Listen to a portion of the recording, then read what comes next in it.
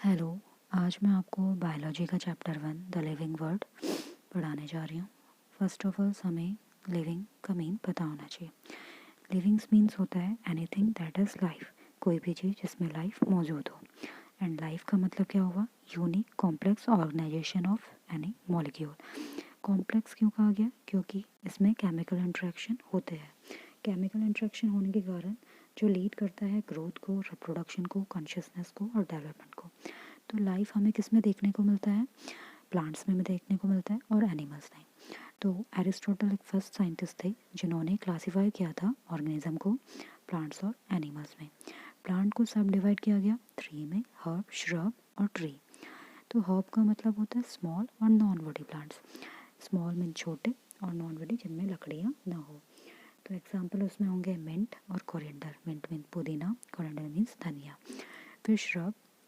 Shrub means हुआ small medium woody जिसमें थोड़ी सी लकड़ियाँ प्रेजेंट हो।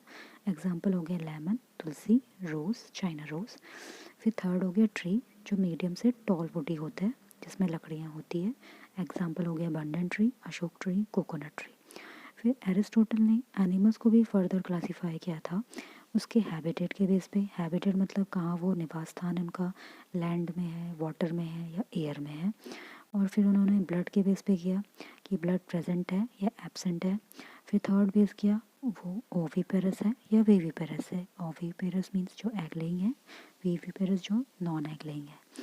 तो जब उन्होंने ब्लड के बेस पे किया तो उसको डिवाइड करा एनेमा और इनेमा में।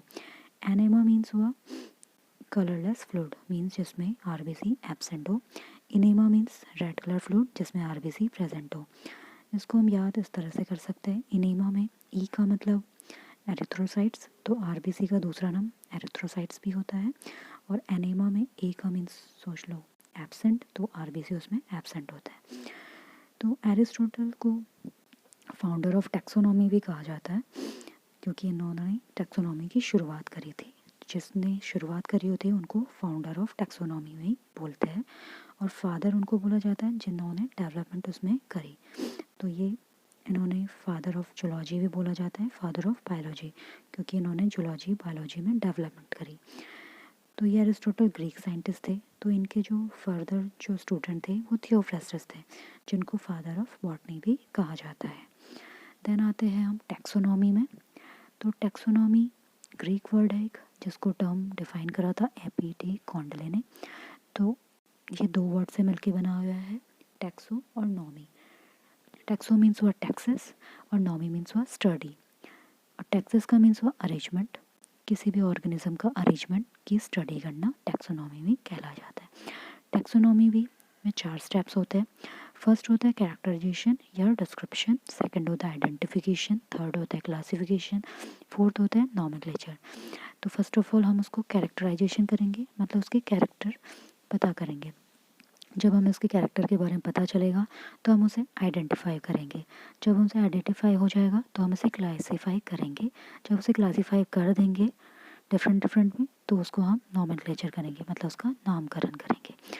देन साइंटिस्ट आए कार्लस लिनियस जिनको फादर ऑफ टैक्सोनॉमी भी कहा जाता है और जिन्होंने 2 किंगडम्स क्लासिफिकेशन बताया। तो टैक्सोनॉमी ग्रीक वर्ड है जिसको एपिडे कॉन्डले ने डिफाइन करा। तो टैक्सोनॉमी में 4 स्टेप्स होते हैं: characterisation, identification, classification and nomenclature. Then आता है सिस्टमैटिक्स। सिस्टमैटिक्स 2 से बनके बना हुआ है। फर्स्ट है टैक्सोनॉमी, सेकंड है फाइलोजेनी। फाइलोजेनी मीन्स होता है इवोल्यूशनरी हिस्ट्री। इवोल्यूशनरी हिस्ट्री का मतलब हुआ कि वो कैसे इवॉल्व हुआ। मतलब कोई भी, जैसे मान लो ह्यूमन हमारा इवॉल्व हुआ तो ह्यूमन में अलग अलग उसके वो आए, इवोल्यूशन आए। तो जैसे फर्स्ट ऑफ ऑल जो हमारा ह्यूमन इवोल्यूशन में जो फर्स्ट आए थे वो ड्रायोपिथिकस थे। सेकंड जो आए थे रामापिथिकस। थर्ड जो आए थे कीनियापिथिकस।